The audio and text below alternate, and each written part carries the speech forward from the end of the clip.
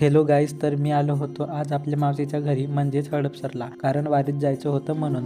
मावशी आणि काकाजी गेटवर थांबले होते माझी वाट बघत. नंतर आम्ही रस्त्याच्या पलीकडे गेलो तर वारकरी जातच होते. वारीत पोहोचताच आम्ही माऊलीचा लावून घेतलो टिळा, कारण वारकरी वाटलं पाहिजे ना आम्ही म्हणून. दरवर्षी जवळजवळ 200हून जास्त दिंड्या वारीत असतात. आपण जर का 4 पावलं चाललो तर लगेच थकतो, पण वारकरी थकतात की नाही काय माहिती.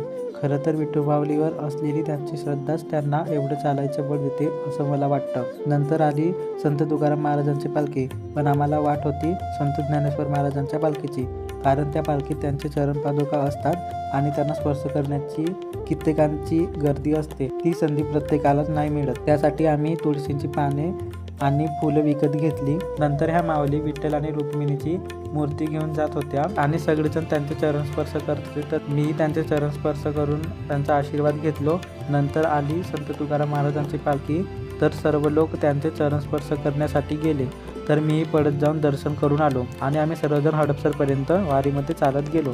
खरं सांगायचं म्हटलं तर माझी इच्छा होती एकदा तरी वारीत जायची आणि आज ती पूर्ण झाली. तर त्यावरच 4 ओळी सांगू इच्छितो की इच्छा होती माझी विठ्ठला तुझ्या वारीत यायची, वारीत चालणाऱ्या त्या वारकऱ्यांसोबत थोडं का होईना चालत जायची. आज बघ ती वेळ आली, शेवटी तुझ्या वारीत येण्याची संधी मला मिळाली. तर आजचा ब्लॉग कसा वाटला कमेंट करून नक्की सांगा. तोपर्यंत बाय बाय.